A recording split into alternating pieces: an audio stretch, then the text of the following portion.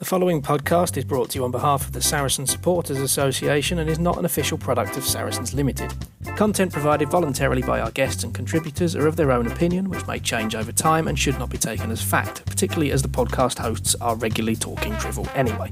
If you've got some drivel of your own you'd like to share, you can find us on Twitter and Instagram at fezcast_SSA. You can search Facebook for the Fezcast, or you can email fezcast.ssa@outlook.com. You're listening to the Fezcast. Welcome to the next episode of the Fezcast. Apologies in advance. We've got me sitting here freezing cold with a bit of a sniffle. I've got Joe Peake, who's got a bit of a cough, so croaking a bit. And Barry, I don't know what's wrong with you, but are you all right? What's wrong with me? Well, how long have we got? Well, about 15 minutes for this section, so maybe we'll skip over that. How are you feeling, Joe? Are you okay? Yeah, I'm good, mate. I'd like to say it's from the yelling at the Gloucester game, which I'm sure we'll cover off with our excellent guest later. But yeah, there was a considerable amount of shouting in that game. But back to work. Real beckons.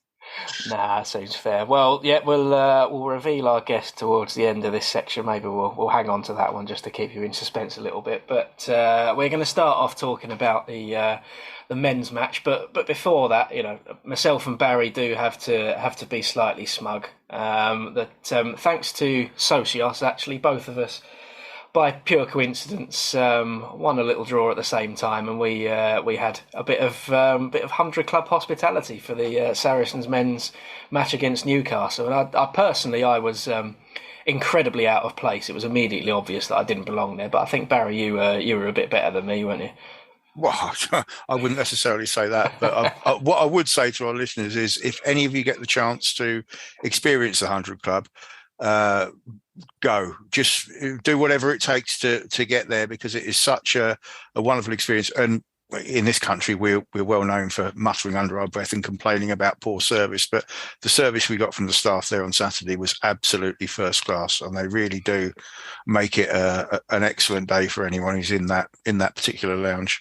Oh, definitely, yeah. I unfortunately made a right old mess of the cauliflower cheese on the buffet table, so apologies for the staff there for spilling my plate of food. No, it was brilliant, wasn't it? We had a little pre-match interview between Ali Hargreaves and Jackson Ray. It was a privilege to see both of those in action, and a lovely padded seat for the match as well, which is brilliant for any of you that got hemorrhoids out there. So, yeah. But don't worry, everyone in the South Stand, I'll be back in there. I'm not betraying all of you properly. But yeah, it was definitely good fun, wasn't it, Barry? Yeah, definitely. Top class food, good service, very nice seats. Did you say it was a bit cold up there though, because you're actually quite high up, and it's the wind does whistle in a bit unblocked. Yes, yeah. I mean, they're expensive seats, but they can't heat them up. That's probably the Tulip Club, that one. But yeah. Anyway, we should probably talk about the match itself, which again we kind of need to do in two halves, I think. Really, we looked at the side that we were putting out against a full strength Newcastle team, and we were potentially a little bit worried that we might have come a cropper. But started off very well, didn't it? But thanks in a way to a Newcastle red card very early on. What did you make of that? Because we didn't get a great view of it on the screen from the stadium, did we? Really? No, it was difficult. It was as the game started, I think it was quite even. I mean, we did start well and scored first, but then Newcastle sort of went back up the other end and scored themselves, and they were. It looked relatively even until their chap got sent off. It was. It was almost an identical one to the Scottish player, the Scottish lock, who was sent off yesterday in the Six Nations. It was one of those where he didn't really make much of an effort to wrap, and as such, he doesn't get any mitigation on it. It's a fine line between a rugby incident and a serious offence, but under the current protocols, it was the right decision. It was a shame because you don't think he wasn't intending to hurt Theo Dan, but under the current protocols, no attempt to wrap with his arm, and he's always going to go if there's contact made with the head. Oh, exactly right. Yeah, and it'll happen to us over the course of the season, as it all already has. Yep. And yeah, it's just one of those things that unfortunately rugby at the moment we do have to live with it. People will tackle high. People will get sent off. It is the right thing. But yeah, the rest of the first half, pretty strong. Yeah, we're obviously playing against 14 men, but you still have to put them away. And in the first half, we did look like we were doing that, didn't we? Yeah, absolutely. I mean, from the moment they went down to 14, it was pretty much one way traffic from then on. And Saracens were as ruthless and brilliant as we've seen them all season, probably for the rest of that first half. I mean, Billy with his little chicken wing offloads, and there was all sorts of what you might call champagne rugby coming out. But it was a very, very good first half, and I mean, some of the newer players, some of the less experienced players, should we say, really did make a name for themselves as well as Billy. But I mean, Alex Lewington's in some form at the moment, isn't he? He is, yeah. I mean, I actually thought he had quite a quiet start to the season in a way. He wasn't necessarily in the form that he had been in over the last couple of years. But yeah, certainly, probably since December, I'd say, yeah, he's really come into something. And regardless of how well he's playing, he's a fantastic finisher. You know, he'll be quiet for an entire game, but yeah, all of a sudden he'll pop up on a wing with about 3 inches worth of space to use, and yeah, he's a fantastic try scorer. He's up there with any of them. And actually, I know we've spoken about Andy Christie, Ben Earl, Billy Vunipola quite a lot on this show, but I think it's important to note that both Andy Christie and Ben Earl are barely trained with Saracens this week. I think they're obviously both released from international duty, and had to play this week pretty much because they were the only back row available. I thought they were all fantastic. Yeah, all the pack were. I mean, Theo Dan just goes from strength to strength, and he's one of those players who I think the more we see of him, the better and the stronger he's going to get, and he really does look like a heck of a prospect. And it's awkward because obviously playing hooker, he's behind 2 or 3 decent lads as well, but I just hope he gets some serious game time and a decent run in the side, because he will be one heck of a player. Oh, absolutely, yeah. And the other one that I want to pick up on, particularly from that first half, was our Premiership debutant Ollie Hartley at inside centre, who I think you could pick him out a mile off. Actually, he was a big, tall fella, and he'd already put on a bit of timber in his early career as well. He does look a big, strong lad. He carried well, he tackled well, and he does look like a hot prospect, doesn't he? Yeah, it's great to see. I know we'll come on to England later on, but centre is one of those positions that we don't seem to have a great deal of young talent coming through at international level. So it's great to see one coming through at Saracens. Absolutely, yeah. Now, that's all the good stuff, and then really we have to talk about the second half, which for us just didn't happen, did it?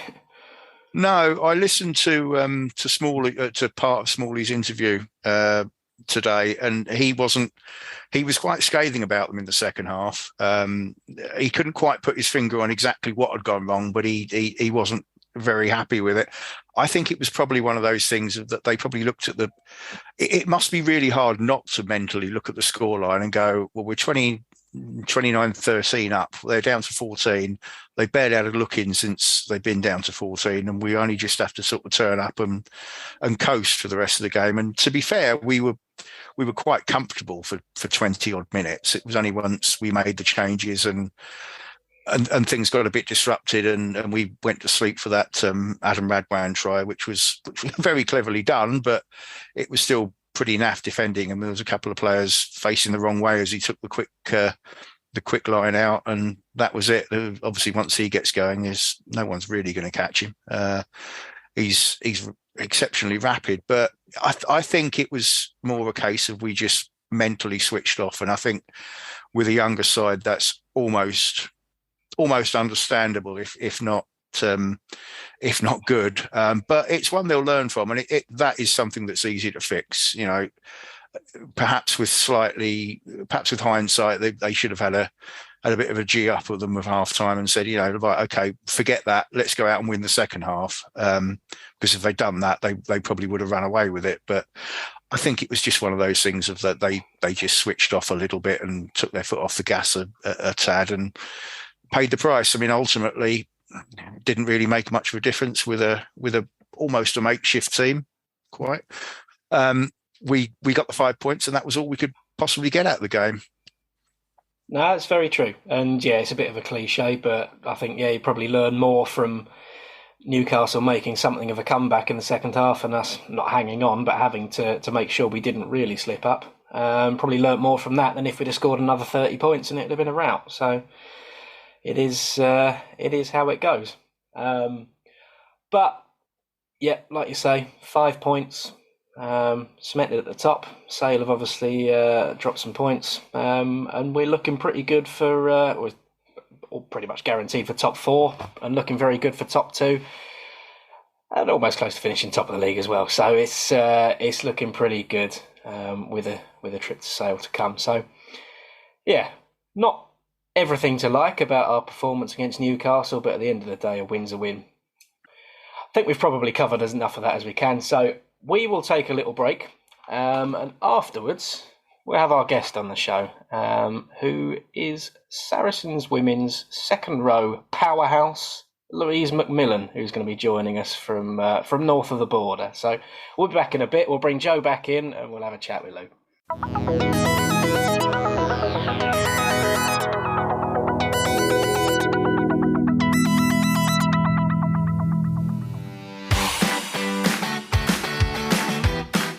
You're listening to the Fezcast, which is proudly sponsored by the Saracen Supporters Association, and I'm Alison Davis, one of the SSA committee. For a £10 annual subscription, the SSA provides our members with monthly newsletters, virtual and in-person player events, away match ticket allocations, and we organise pre-match gatherings at away matches. We sponsor men's and women's players, and we support the Saracens Foundation Track Club on behalf of our members. On top of all that, every year we have a seasonal SSA badge, which is exclusive to members. Where else can you get that much value for a tenner? Join now at membermojo.co.uk/SSA, or come and see us on match day in the Oasis at the Stonex. This is the Fezcast. So yes, welcome back to the Fezcast, and welcome to the show, Louise McMillan. How are you doing, Lou? You okay? Yeah, I'm very good. Thanks for having me. Excellent. No problem at all. No problem at all. So those of you that have been watching enough rugby this season will know that Lou is one of our major signings for this season, and in my personal opinion, has been one of the players of the year so far. How have you found it at Saracen so far, Lou? Is it a big change from previous teams you've played in, or just a nice step in the right direction for you? Yeah, no, completely. This has been one of the best changes it's one of the biggest changes, but also one of the best decisions I've made in my life. So previously I played up in Scotland, but also worked full time. And then just before summer there and before the World Cup, Scotland gave us contracts. So I think even before I got that contract, I kind of knew that I wanted to play down south. And like teammates I played with, like Scotland teammates, had kind of mentioned some clubs that they were playing at might be interested. And then I think Retty maybe mentioned that Sarries might be looking for some second row. And I think that was the one I was most excited about. And then I did actually speak to a few other clubs. But then when Alex got in touch, it kind of was like the irresistible offer for me. Like, I want to play the best rugby I can possible. So when that all came about, I was very excited. And it's funny, all of my like friends and family are saying like, wow, Louise, you look so happy. But playing rugby full time, and especially at a club like Sarries, is pretty special. I'm very aware that one day I'll probably look back at this and be like, well, those were the good old days. And you've had the experience of the World Cup as well, this past sort of 6 months. How was that for you? Yeah, I think it is, for me personally, it's such a split thing. Like, for me, the rugby didn't go very well at all. So I came out of that really much like some of my other friends in Scotland, like went travelling and stayed out there. But for me, I think I was very disappointed with my own personal rugby. So I literally came back to Scotland for a week and then was straight down to Sarries because I was like, I want to get better at rugby immediately. But the other side of that, like the experience, getting to experience a new culture. And I was very fortunate that my parents were able to come out. So that was a really special moment. Like, I do have 2 other siblings, but I would say for a good solid 3 weeks, I felt like an only child. We were at the other side of the world with just my parents, and getting to experience that with them, like, they had the best time meeting all the other parents. And I even met some, not only just Scotland parents, I think they ran into Jess Breach's parents. Like, they had the best time out there. So that was pretty cool. But yeah, I was kind of like rushing back afterwards because I was like, I just need to get better at rugby immediately. Well, you're certainly not disappointed from the Barry's point of view, and let's, whilst we can have some little bit of gloating. This last weekend's game against Gloucester-Hartpury, I was down there, and that might be the source of my tickle. That's what I'm going to say. And there was a few of us down there from the Sarries' point of view. Talk us through how you and the team found that game, and obviously we won't talk about the celebrations on the bus too much on the way back. Yeah, it's funny because I feel like sometimes players and coaches, they speak about like these common phrases, and one of them they always say is like, oh, we're building as a team. But this is like a true epitome. That game was just like, we built so much this season, and like everything kind of like had built up to that game. Because I think like back to some of the previous games we played Exeter away, it was like the same group of girls playing, but we just hadn't had that time together as a squad. Whereas like that game against Gloucester-Hartpury, it really felt like all of our performances, all the things that we'd kind of worked on, like we really did improve a lot. I mean, there was still so much in that performance that wasn't great, but yet we were still able to grind out a really physical win in a really tough match. Like, you love playing games like that because, you know, there was times where we maybe felt like we weren't going to win, but just to like grind out a victory like we did, that was pretty special. I mean, it was a fabulous game to watch on the sidelines, and I know that guys that are on the call were watching it up at the Stone Nicks as well, because they live streamed that from the Stone Nicks as well. Matt?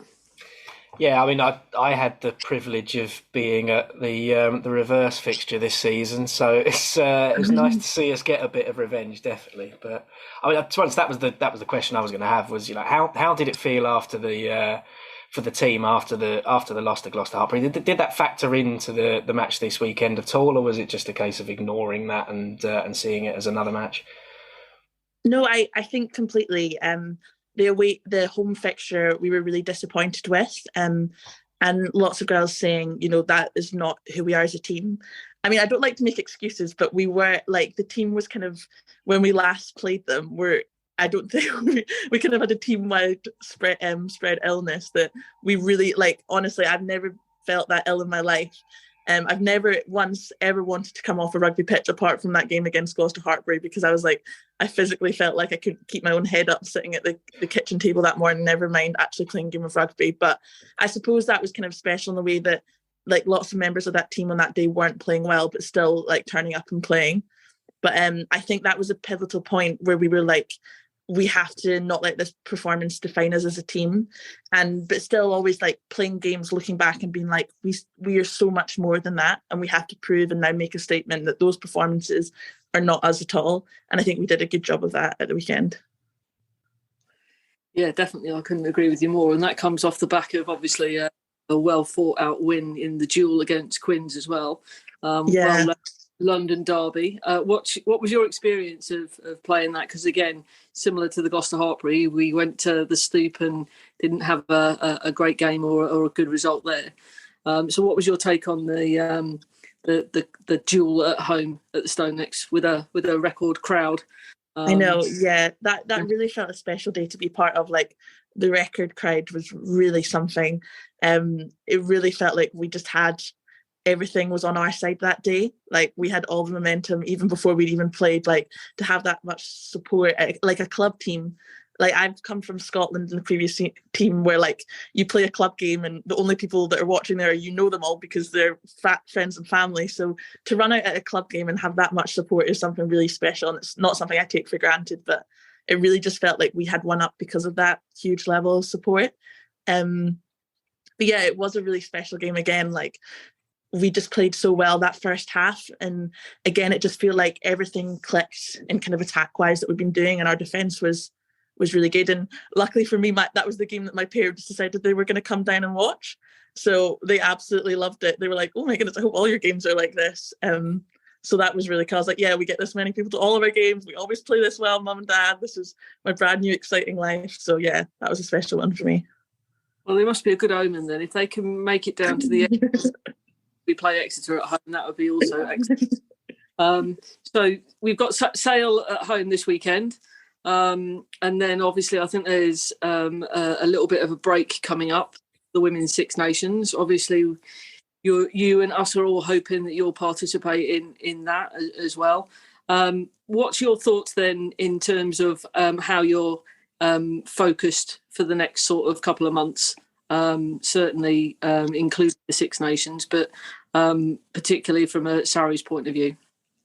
Yeah, I mean, for us still, we still got to have a couple of big important games coming up, like the game against Sale. Although maybe the away fixture, we put a lot of points on them. You know, at halftime last weekend there when they were playing Quins, Sale were winning at halftime. So they're definitely not a team that you underestimate and think that's going to be an easy game. So yeah, that will be a big one this weekend. And then the week following that, it is DMP away, which will be, again, that like DMP performances have been improving every week. And going away to DMP, I've heard, is quite a big feat because it is just so far away. I think it's actually closer to Scotland than it is to Sarries. So yeah, that'll be a big one. And then it's Wasp then the following week. So I think, you know, we can't take our eyes off and look at anything else. It's just those games ahead. And then obviously Six Nations happens, but for us at Sarries, it's then straight, like, I don't think anyone will have like a proper time off because in the first game after Six Nations is Exeter. So, you know, you can't get to think about too much else at Sarries. Like, those are some really big games coming up. So we're still really sticking to task. We have to get in that top four and stay there.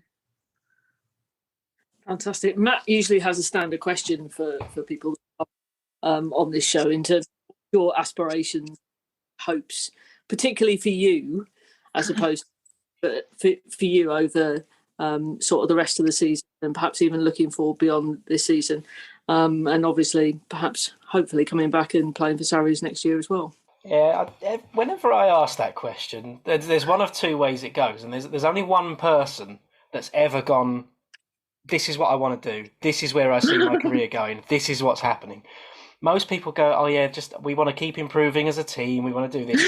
Cliche. Georgia Evans, no. Bang, this is my career. And this is what's going to happen. Are you going to do that? That is a tricky. I feel like that is a very grown-up question, isn't it? What do you want to do? Yeah, where do you see yourself in 5 years' time? I mean, the reality of that question is, I used to work in an investment bank and had a very sensible, stable job. And when I was offered a Scotland contract, I very much gave myself, right, Louise, you're going to do this for a year because that was the length of the contract. And the reality is, like, I am able to do what I do because I have supporting from Scotland, I have supporting from Sarries, which kind of allows me to live down here and live my dream job. But I'm absolutely loving it. And I really hope that support's not taken away because I really wish and hope with all my heart that I can spend another season at Sarries because I am really enjoying it. But I wish I had a better answer than that.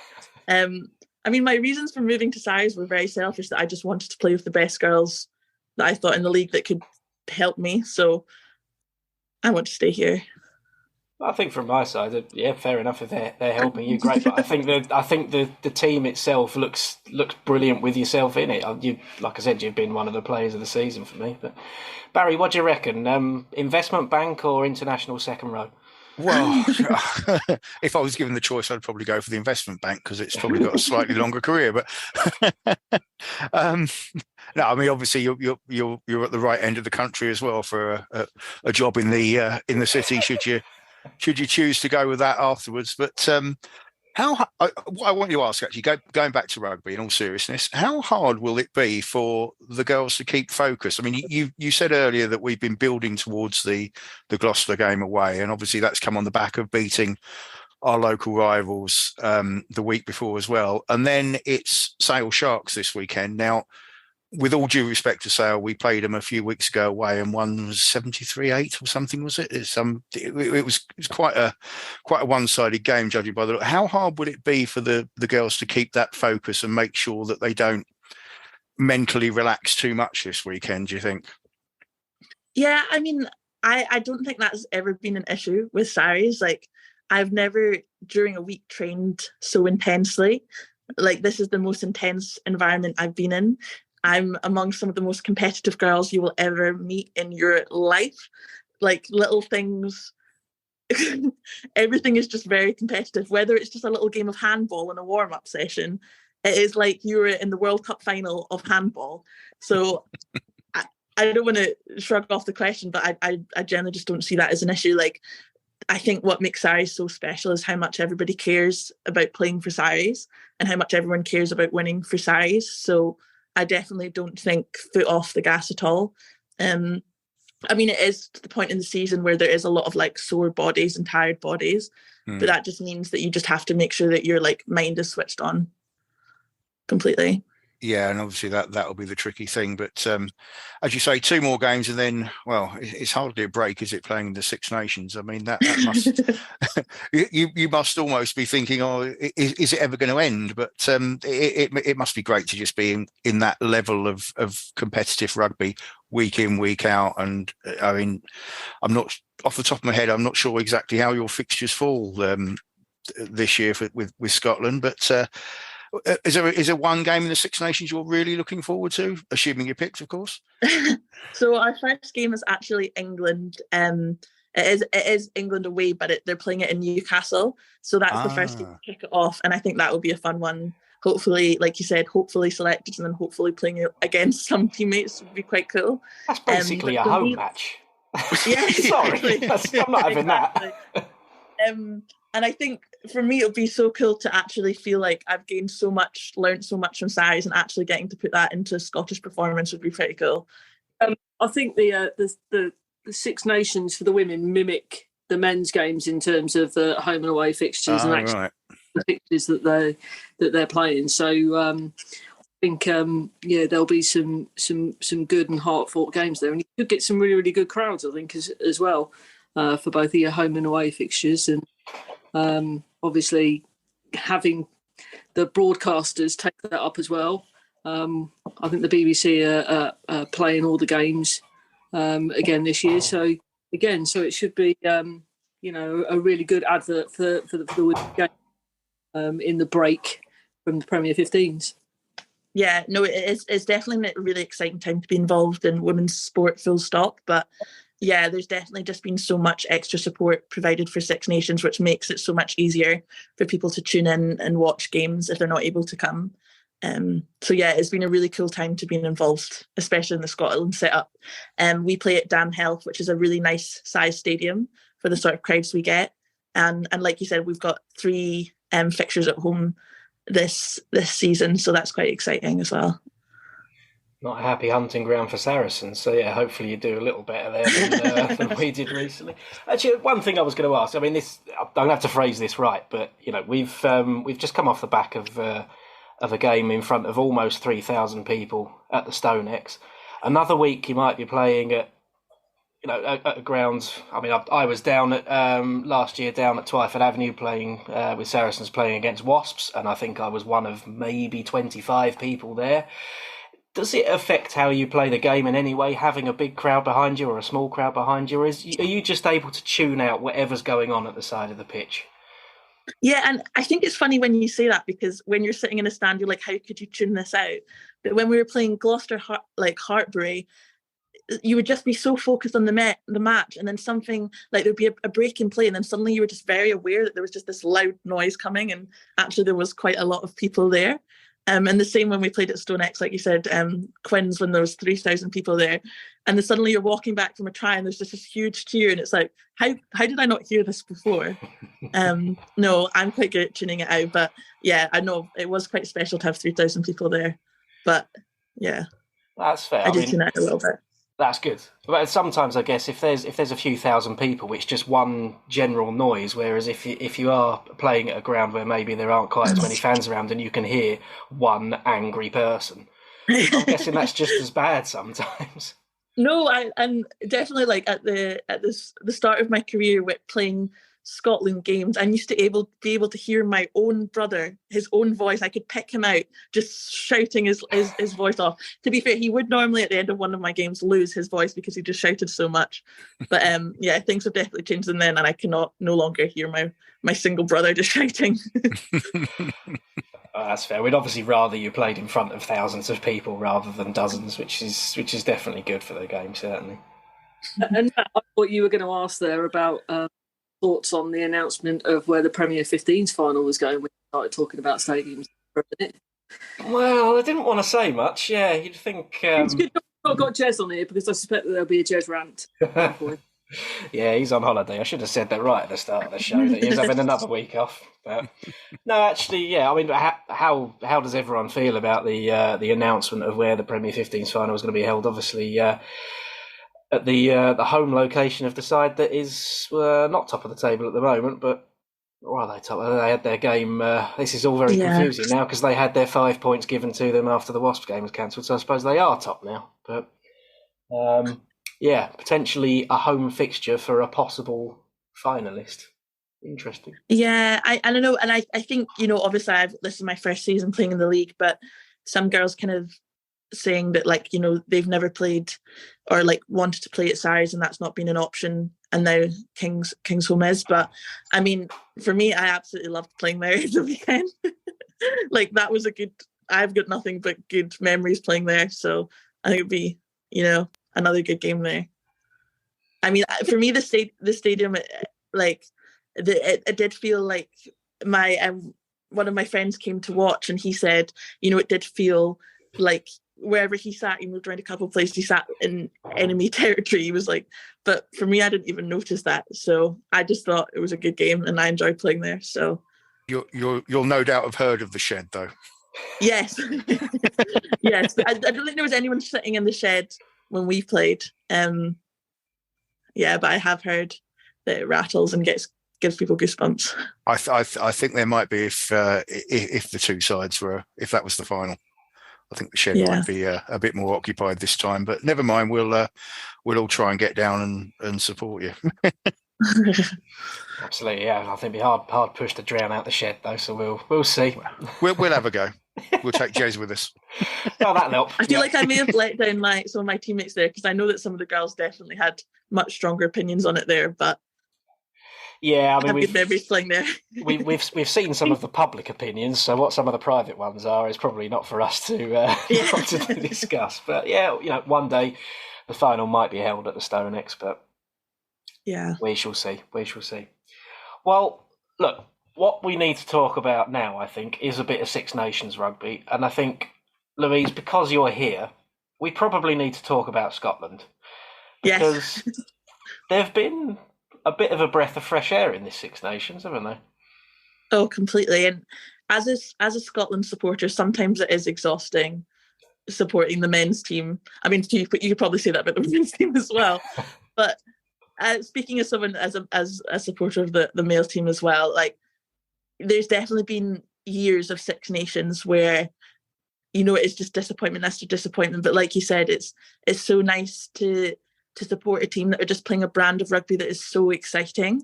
I remember watching games of Scotland where the only points they would ever get is from Chris Patterson kicking conversion penalty kicks.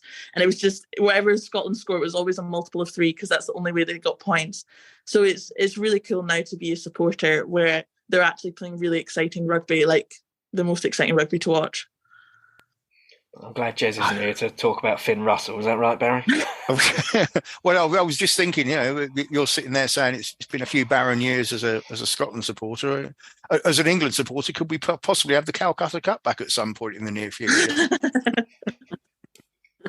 Yeah, I watched that game in England for the first time ever in my life, and it was right after our Wasps game.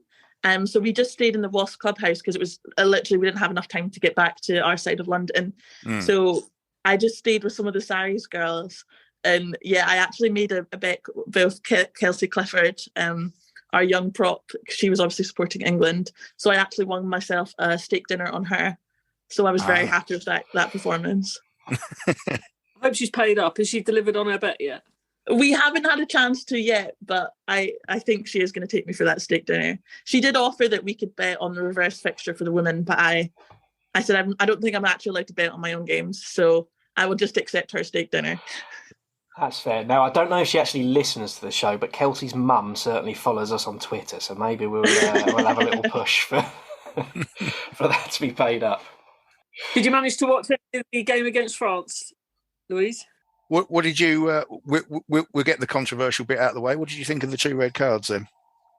Yeah, to be fair, I don't think I can argue with either of them. Although the French one did seem so unnecessary. Not that tackling someone with your shoulder is not unnecessary, but you know I could kind of make sense of that more than the French one, where he just so blatantly just seemed to like charge it with his shoulder, which I didn't.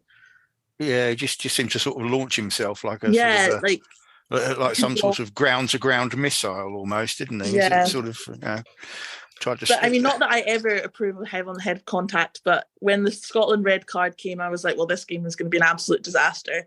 So I was not that I ever approve of anybody headbutting anybody, but the French red card I was quite relieved with. I was like, okay, maybe we might have a bit more of a game here. Because things were looking bad for a while. As it turned out, they certainly did, and but for a couple of bits of misfortune and some decent French holding up over the line, it could well have been a different result. No, yeah, for sure. Like, they're playing very good rugby at the moment, the guys. So hopefully the women can do the same. So it's definitely something to watch and keep an eye on. And you're right as well. There's a big difference, and we try and make it on this show all the time. Huge difference between someone getting their tackle technique wrong and quite rightly getting a red card, and doing something completely brain dead. That's all we can really say. But yeah, it's good to see that that Scotland are doing okay. I mean, obviously for us sitting here as England fans, it's an interesting time, isn't it? But. There's a couple of sides, and Andrew Christie, he's Scottish. Well, I don't know how Scottish he is, but I claim is completely Scottish. And then is Sean Maitland, he's Scottish, and then Sean Maitland, who's about as Scottish as I am, which I'm sure he wouldn't mind us saying that. But yeah, it's funny because I have a very controversial opinion on this, because we have some Scots from far abroad as well. But you don't understand, like, when you play alongside these people, they are as Scottish as it gets. Like, yes, their voice might sound different, but I've got one of my closest friends is born in Canada, sounds very Canadian, but she is as Scottish as it gets. Like, when you represent your country and when you play in a team and are as close as we are, like, you are Scottish. You are. So I know that has definitely been a bit of controversy about how Scottish are some of the players, but... I don't think it should be at all. I mean, in England as well, we've got players from far-flung places. At the end of the day, if you're proud to represent a country, then you're proud to represent a country. That's all it needs to be. It's for sure. Yeah, the flag on your shirt. Joe, you're nodding your head very sagely down there.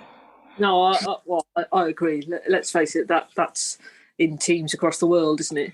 They may have, you say, different accents and different places that they've originally come from, but as soon as you stick on a shirt with your flag on for that country, then it turns into a very different ball game, so to speak. It's still rugby. Yeah, absolutely. Well, I think that's a pretty good point to end there. We'll come back in a bit, and I don't know whether myself and Barry are going to have a little bit of a moan about the England game or whether we're going to be happy about it. It's one of those that's a little bit odd, but we'll take a quick break. But Louise, really appreciate you joining us this evening. It's been fantastic to have you on, and fantastic to get your thoughts on how the season's going, and I really hope that everything's going well where you are right now, and Six Nations not far off as well for you. Fingers crossed that goes well too. Yeah, perfect. Thank you so much for having me.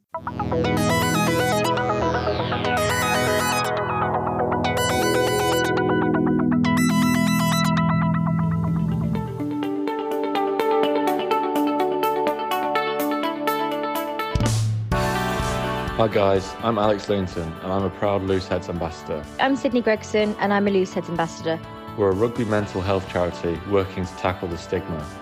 You can find us at Looseheads on all social media channels or at looseheads.co.uk. The Looseheads mission is to place a mental health lead at every rugby club. Get in touch now to find out more. Take care and enjoy the rest of the podcast. Enjoy the rest of the pod.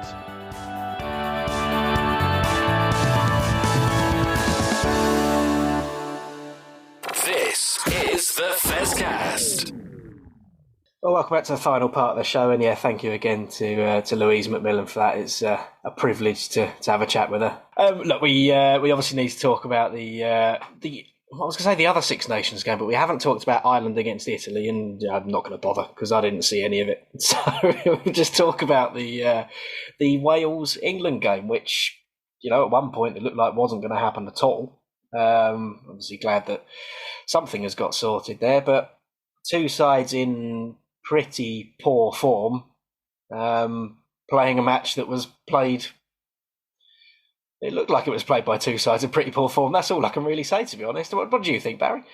Yeah, it was a little bit of a two ball men fighting over a comb situation again. But to be fair, I mean, as an England fan, if you'd offered us played 3-1-2 at the beginning of the tournament, we would probably have taken that, albeit we would probably have swapped the games over and thought that, well, I mean, certainly in Jez's prediction league, I didn't see us winning in Cardiff because we don't do it that often.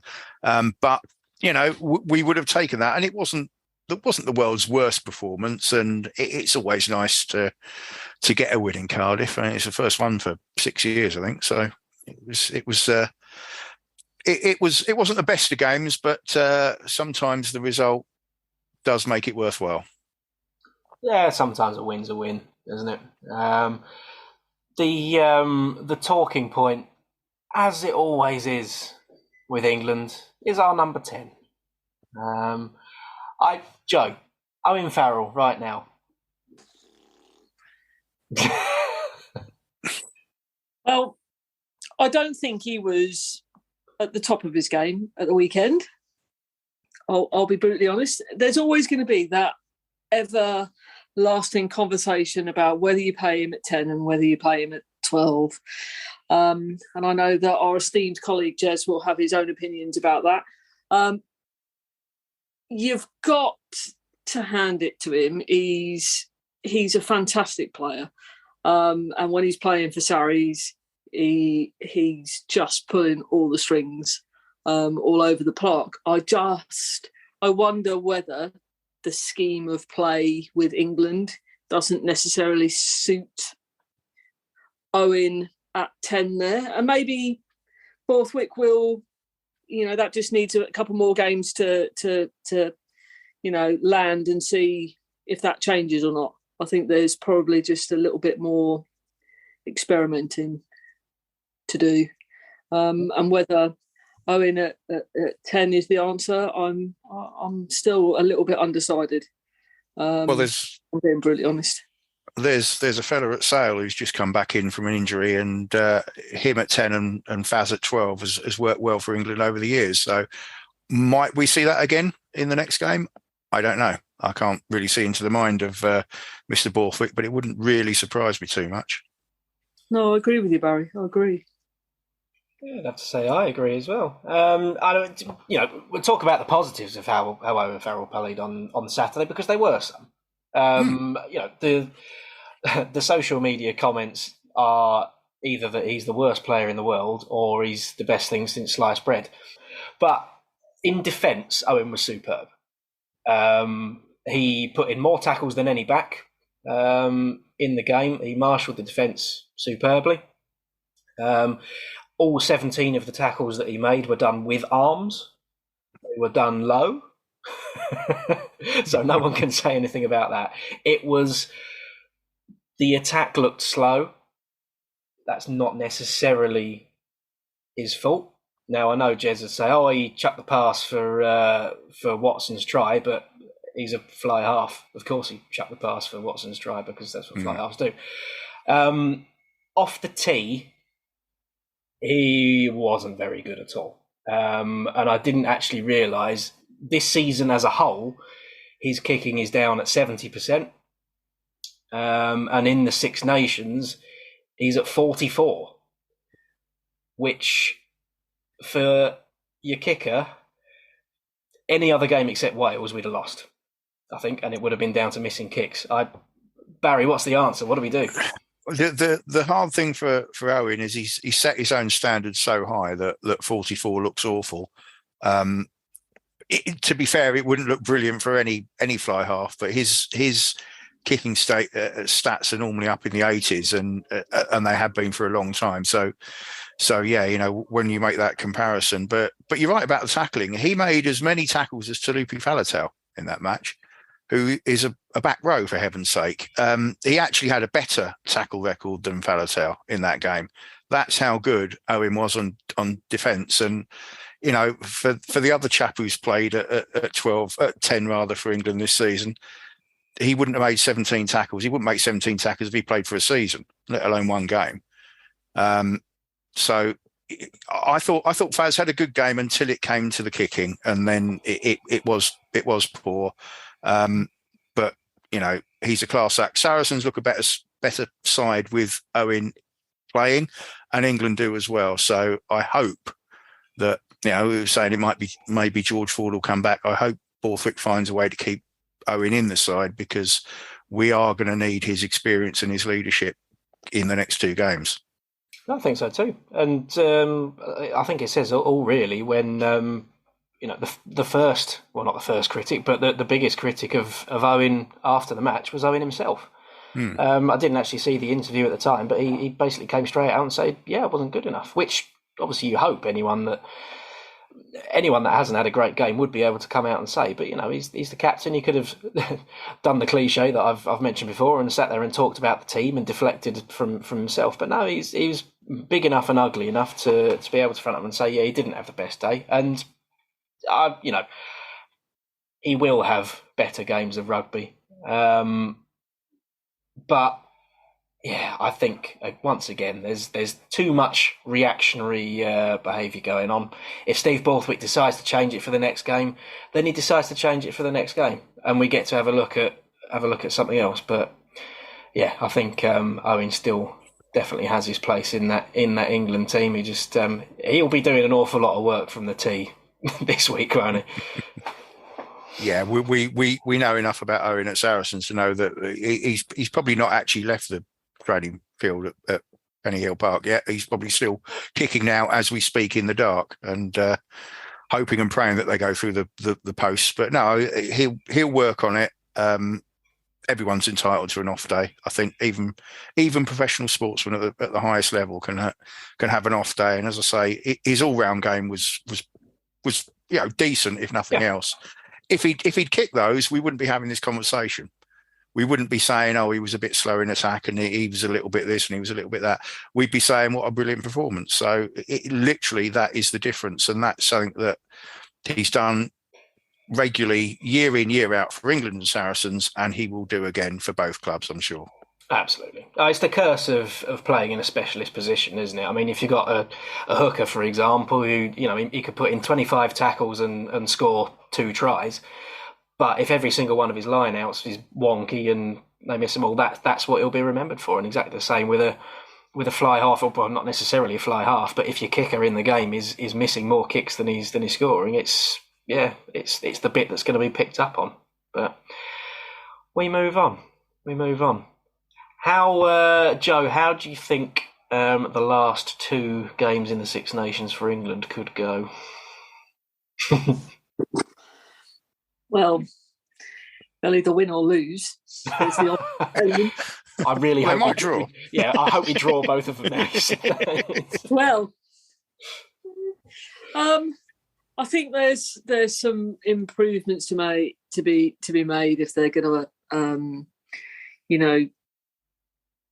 be at the top of that sort of table or anywhere near it. Clearly, Ireland are playing well, France are playing well, and England. I don't know whether Borthwick has got his set team, and I don't think that's necessarily a bad thing either. We can talk about his predecessor and his penchant for picking the same people. on the team in the same positions, but clearly Mr. Borthwick is his own man, so to speak. So we'll see what comes from those selections. But I think I would hope that at least one of those is a win out of the two.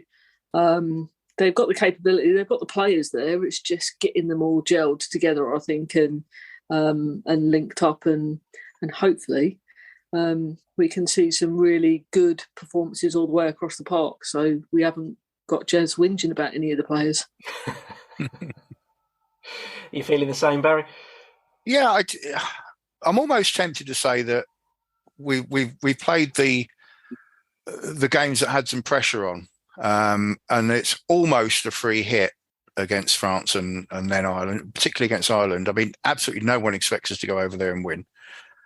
It's St. Patrick's weekend. It should be Ireland just lining up for the Grand Slam, and it's we spoke about Gloucester-Hartpury being allowed to play potentially the final at home. It's not too dissimilar to Leinster in the Champions Cup this year, is it? have a home draw all the way through to the end of it, but everything will be against us in Dublin that weekend. We really can go there and just really give it a go. We might as well. We've got nothing to lose because no one expects us to come back with anything anyway, so we might as well have a go at it. And there's almost a sense that we could possibly do that the week before against France as well, because although it's a home game and there will be a little bit more pressure on us, it is a free hit in effect, because we're playing the number 2 side in the world, followed by the number 1 side in the world, and we might as well just go out and give it a go. And if we win, we win. And we literally, for once, the pressure won't be on us, I think. And hopefully, if Borthwick can get that across to the players, we might just see a different England performance.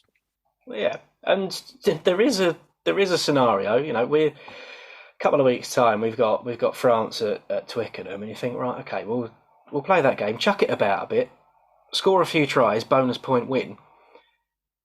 And if something very strange happens and Scotland beat Ireland, all of a sudden we go into the final game of the Six Nations knowing exactly what we'd need to do to win the thing, which really just doesn't seem possible in a way, but it is. So, you know, there's stuff to be cheerful about, I think. Equally, we could get an absolute stuffing in the next 2 games and we're just going to sit here whinging and moaning, but we don't want that to happen. We don't want that to happen. But look, we try to keep it as light as possible. There's no Jez rant in today's show. We'll leave it there, I think. Oh, hang on a minute. Have I just got 20 minutes to talk about Max Malin's intercept? Yes. That's the bit that I was avoiding. So go on, Barry. I do feel sorry for him in the cold light of day now, looking back on it. But that was a pretty awful pass. You'd be disappointed if you saw that over at National League 27 on a Saturday afternoon. I mean, it was. Max, if you're listening, just look next time, please, mate. Yeah, it was. Telegraphed to the point of there being a big neon sign above his head saying "I'm about to throw the ball to you," wasn't it? But yeah, he had a pretty error-strewn game, I think, Max. There were some good elements to it as well. I think he was pretty solid in the kick chase. I know people don't like us playing kick chase, chuck it up in the air rugby, but he was batting the ball back a fair bit. But yeah, there was a few errors in that, and again, another player that will definitely come back strong from it. But yeah, absolutely. It happens. But yeah, has anyone got anything they want to rant about? Do you think we've got to try something, haven't we? This is all too nice. Maybe we'll just end the show there. I'm sure Jez will be back next week. He certainly will. I'll be off next week. So yeah, well, Jez and whoever's around, we'll see you for next week's doom and gloom show. But for now, thank you everyone for listening in. Thank you, Louise, for being on the show. And yeah, we'll speak to you again soon. Cheers, everyone. Thanks, everyone. Cheers. This is the Fezcast.